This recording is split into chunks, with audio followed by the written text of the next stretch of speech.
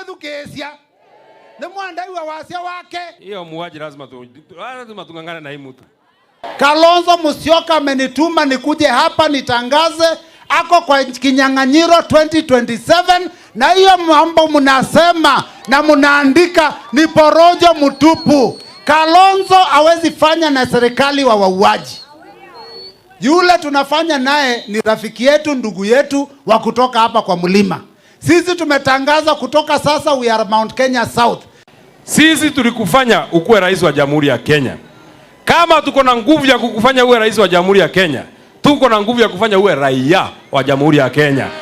Aende asiende. Empowerment, kuleta hema, haitabadilisha dunia. Masomo, barabara, maji, hiyo ndio itamaliza, na matibabu ndio itatengeneza maisha ya watu. Tukiongea leo, SHA inafanya kazi. Ukienda kwa hospitali unaambiwa sijui mpaka ufanyiwe approval. Approval inafanywa Nairobi. Tangu lini? Barabara kama hii imechukua muda mrefu kufanyika. Halafu mtu anasema anataka achaguliwe 2 term. 2 term ya kufanya nini? Sisi tunasema hivi. Mheshimiwa Stephen Kalonzo Musyoka na Rigathi Gachagua, hao ndio watatengeneza serikali ile ambayo inakuja siku za usoni.